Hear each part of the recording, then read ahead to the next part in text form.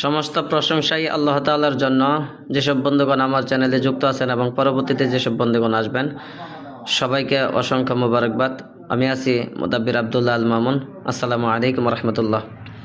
আজকে আপনাদের সাথে চমৎকার একটি আমল শেয়ার করব, যা অনেক মুজারফ একটি আমল। এটা হলো, যেসব বাচ্চারা, শিশু বাচ্চারা আছে, কান্নাকাটি করে, অনেক সময় কানতে কানতে এরকম অবস্থা হয়, হাত পা লীল হয়ে যায়, কান্নাকাটি কোনোভাবেই বন্ধ হতে চায় না বা থামতে চায় না। তাতে এই শিশু বাচ্চাদের জন্য এই আমলটি করতে পারেন।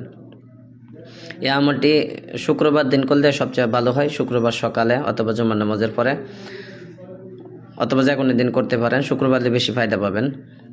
অজু অবস্থায় এই যে নকশাটা আপনার সামনে দেখছেন, এটা পিন করে নেবেন অথবা লাল কালি দিয়ে অঙ্কন করে নেবেন, যেভাবে আছে এভাবেই।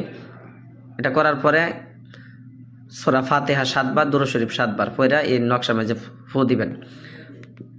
ফু দিবার পরে এটা একটা তাবিজের ভিতরে ভরে ছোট করে বাচ্চার গলায় দিয়ে রাখবেন। এটা খুব মুজাররব একটি আমল।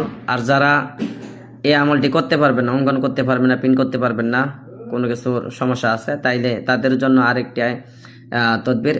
এটা হলো আপনার যে এখন যে আয়াতটি দেখতেছেন, ফাকাশাফনা আনকা গিতাআকা ফাবসারুকা আল-ইয়াওমা হাদিদ, এই আয়াতটি